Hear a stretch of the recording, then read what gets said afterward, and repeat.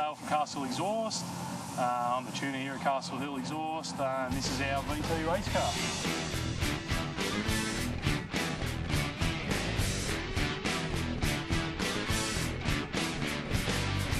Castle Hill Exhaust in Sydney's northwest have been busy working on some of Sydney's toughest street cars for 15 years now, and under the guidance of owner Dave Keys have become one of the biggest names in the Commodore tuning scene.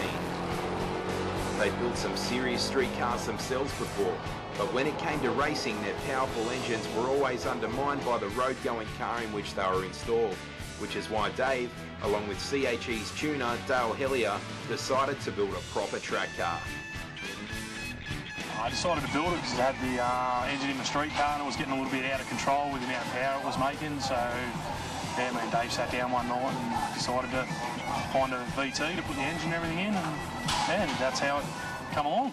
LS1 wrecked VT V6 Executive, which was completely stripped and fitted out with a comprehensive Androspec roll cage, an HSV body kit comprising a GTO front bar, bonnet and side skirts, and a Club Sport rear bar. The hardest thing we're putting together definitely to do on the roll cage. It's not something that we'd probably want to do again in a hurry, I'd imagine. Originally came from Bond roll bars all bent up, and then we just had to cut it all down and yeah, weld it all together. It was then painted with a custom blue mix by DNK Auto Refinishing, and the quality of the finish is almost too good to race. So good, in fact, that it graced the cover of Street Commodores issue 136.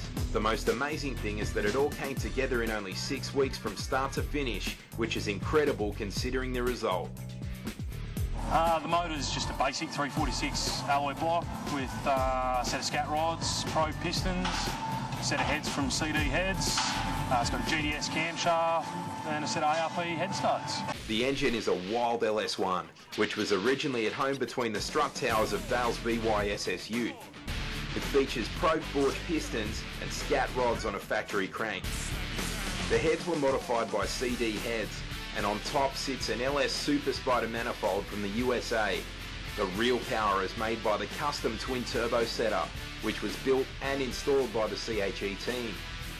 2 Garrett GT35R turbos sit on custom manifolds, feeding 15 psi boost into the LS1 through a front mount intercooler to make a massive 660 rear wheel horsepower.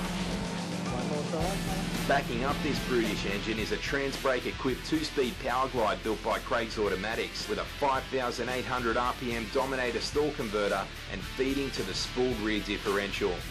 Suspension is pretty straightforward, with 90-10 shocks in the front and Bilstein adjustable shocks in the rear.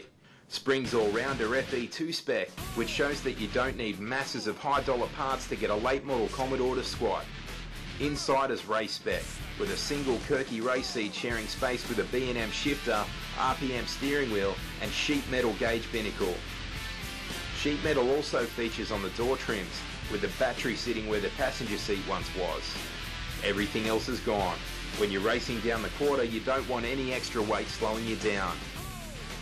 In the boot is the colour-coded fuel cell and brackets for a nitrous bottle. Yep, the boys are going to put it on the gas when the time is right. Straight off the trailer, the car was quick at Western Sydney International Dragway, running a 9.65 at 144 mph straight out of the box, not hanging around by anyone's standards. That was detuned to 580 rear wheel horsepower, so with the extra power and a few other tweaks, the guys were expecting the car to run into the 9.3s with the current engine, before they step it up with a stroker engine and aim at the 8s. 9.6, 147, and then put the boost in it. If there are odds on them reaching their goal, they'd be very short. The CHE boys don't take no for an answer.